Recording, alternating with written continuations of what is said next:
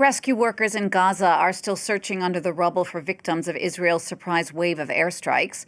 Palestinian authorities say over 400 people were killed overnight. This comes after weeks of talks between Israel and Hamas, with the help of the U.S. and Arab mediators, appear to be stuck on how to proceed with any ceasefire deal.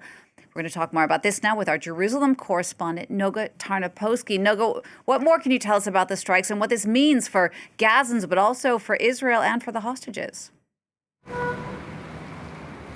Right. It's a pretty grim image that we're seeing right now. Israel returned to fighting Gaza with massive airstrikes. And as you said, the Hamas authorities are saying that there are more than 400 dead already, and we're just past 12 hours into this attack. But for Israelis, and especially for the families of the hostages, this is a terrifying prospect.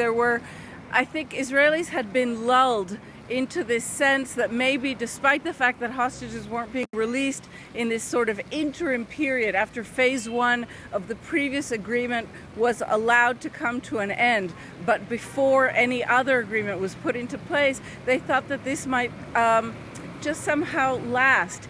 And so I think Israelis, like others of us, haven't been listening as Netanyahu's ministers, like his finance minister, yesterday declared that Israel was imminently going to return to war. And his former Minister for National Security, who's trying to get back into the government now, also made it a condition of his return that Israel return to war. So all of these considerations together seem to have brought this. And for the families of the hostages, they're posting endlessly today. They feel that this is a death sentence for their loved ones.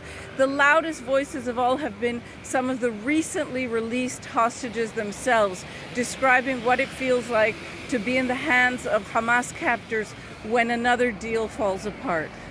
And indeed, we're hearing from other countries. France, for example, just a moment ago, condemned those Israeli strikes, urging immediate end to the hostilities. But given the current circumstances, is this just a return to full-blown war? Well, that's a very good question. Right now, it's not yet a return to full-blown war. Israel has not yet, for example, brought reserve brigades ahead of what could be another ground incursion into Gaza. We have not seen that yet, but that is the threat. The threat of a return to all-out war is exactly what is hovering over all of these different people we were just discussing that right now.